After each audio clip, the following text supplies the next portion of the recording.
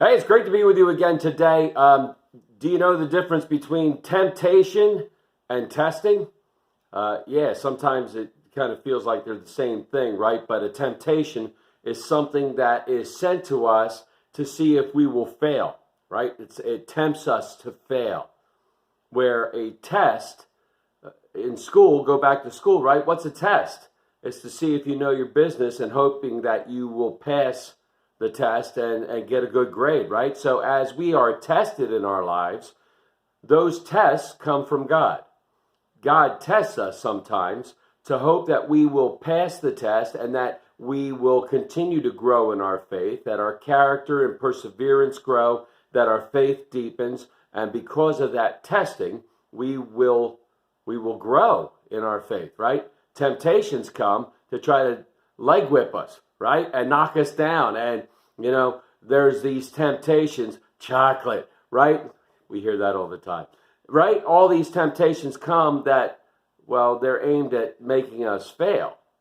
And they do not come from God. God does not tempt us, but God will test us. In the Old Testament, Abraham had been waiting for years for a son. Sarah could not get pregnant. She was in her 90s. And it looked like this was the end of the bloodline for Abraham, but God had promised him this incredible nation was going to come from him. And finally, Sarah got pregnant. They had a son. His name was Isaac. And then one day, God said, hey, Abraham, I want you to take Isaac up on the mountain, and I want you to sacrifice him to me. Now, first off, that's everything against what the Hebrews did. They did not do child sacrifices.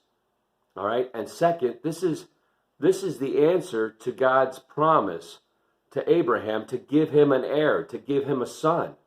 What in the world is God doing? And Abraham had to be screaming in his brain, no, God, no, this can't be true. You can't be asking this of me. But he obeyed. And he took Isaac up the hill, and they gathered the sticks when they got to the top of the mountain, and Abraham had the knife, and Isaac said, hey, Dad, where's the sacrifice? What's going on? And Abraham's heart was broken, and he said, just lay down. And he tied the boy's hands, and he laid them on the sticks on the altar that they had erected, and he raised the knife to sacrifice his son. And then God said, stop.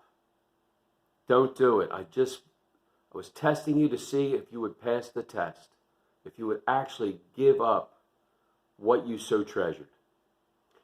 And there, there's a goat with his horn stuck in and God provided a sacrifice to take the place of Isaac. Will we pass the test in our faith when God calls us to go and do something that we find super hard to do? It's almost against what we want, but God says do it anyway. Will we do it?